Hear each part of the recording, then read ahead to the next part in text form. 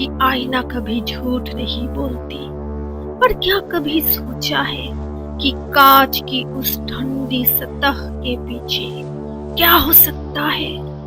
अक्सर हम आईने में जिसे अपनी परछाई समझते हैं, वो शायद कुछ और ही हो, जो बस आपकी एक गलती का इंतजार कर रही है।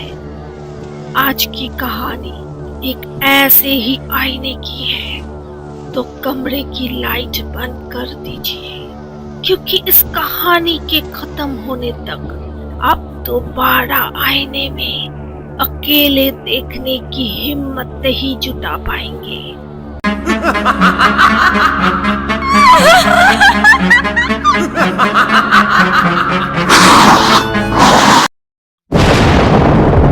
शहर के शोर से दूर आर्यन ने एक पुरानी हवेली किराए पर ली थी, ताकि वो शांति से अपनी किताब लिख सके।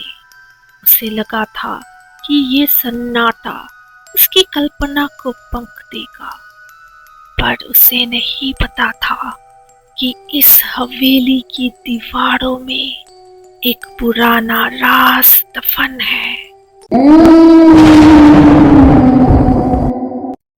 हवेली के मुख्य बेडरूम में एक विशाल नक्काशीदार लकड़ी का आईना लगा था। उसके फ्रेम पर बनी आकृतियां किसी इंसानी चेहरे जैसी लगती थी। जब भी आर्यन आईने के सामने से गुजरता, उसे महसूस होता कि आईने में उसकी परछाई उसके साथ नहीं चल रही, बल्कि उसे चुपचाप घूर रही है।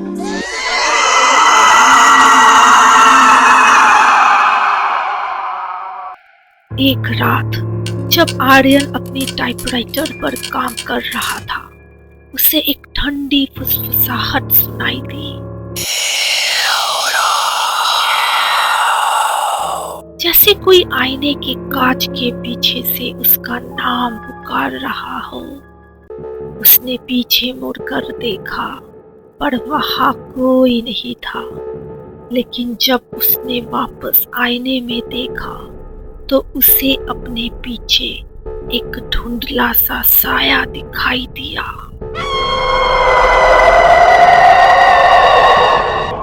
आर्यन ने गौर किया कि आईने के अंदर का कमरा धीरे धीरे बदल रहा है। आईने के अंदर की दीवारों पर पुरानी तस्वीरें उभर आई थी, और वहां का फर्नीचर उसके असली कमरे से बिल्कुल अलग था। ऐसा लग रहा था जैसे आईना किसी दूसरे काल का दरवाजा हो। घबराकर आर्यन बेसमेंट में गया, जहां उसे एक पुरानी डायरी मिली।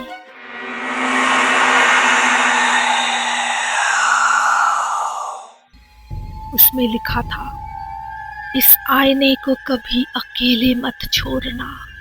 ये रूहों को कैद करता है और उनकी जगह खुद बाहर आने की कोशिश करता है।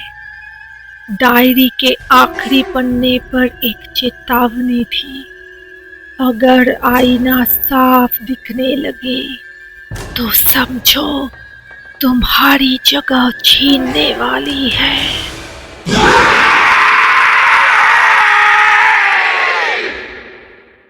रात के 2 बज रहे थे।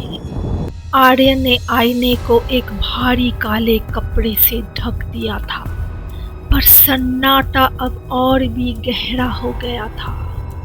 अचानक उसे कपड़े के पीछे से फुसफुसाहट नहीं, बल्कि कांच पर किसी के नाखूनों के रगड़ने की आवाज सुनाई दी।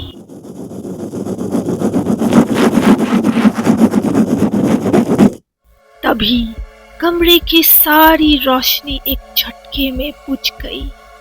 अंधेरे में उसने देखा कि आईने पर ढका हुआ कपड़ा धीरे धीरे नीचे गिर रहा है, जैसे कोई उसे अंदर से खींच रहा हो। आर्यन अपनी जगह से हिलना चाहता था, पर उसका शरीर पत्थर का हो चुका था। उसने देखा कि आईने की सतह अब कांच जैसी नहीं बल्कि काले पानी की तरह हिल रही थी और उसमें से एक धुंधला बिना चेहरे का साया धीरे धीरे बाहर की तरफ रेंग रहा था।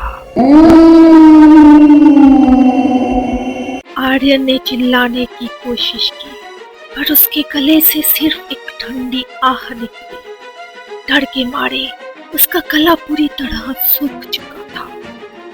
आईने से निकला वो भयानक साया अब उसके बिल्कुल सामने खड़ा था, जिसकी कोई शक्ल नहीं थी, सिर्फ एक अनंत अंधेरा था। जैसे ही उस साए के बर्फीले हाथों ने आर्यन को छुआ, कमरे के कोनों से गाढ़ा काला धुआं उबलने लगा। देखते ही देखते पूरी हवेली घनी काली धुंध की चपेट में आ गई। आर्यन को महसूस हुआ कि वो हवा में विलीन हो रहा है, जैसे उसकी रूह को निचोड़ा जा रहा हो। अगले ही पल पूरे कमरे में एक भयावह सन्नाटा छा गया। ऐसा सन्नाटा जिसे सुनकर रूह कांप जाए।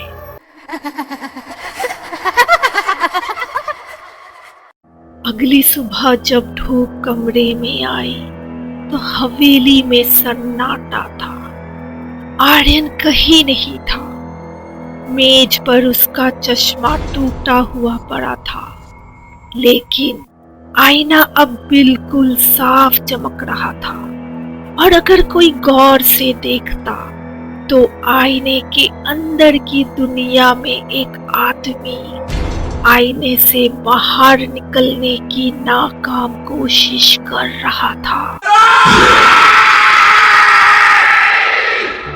आर्यन का क्या हुआ ये आज भी उस हवेली की दीवारों में दफन है, लेकिन याद रखिए, आईना कभी झूठ नहीं बोलती।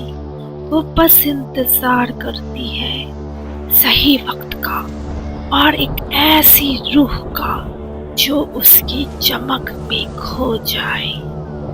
क्या आपके साथ कभी ऐसा हुआ है कि आईने में आपको अपने अलावा कोई और दिखाई दिया हो?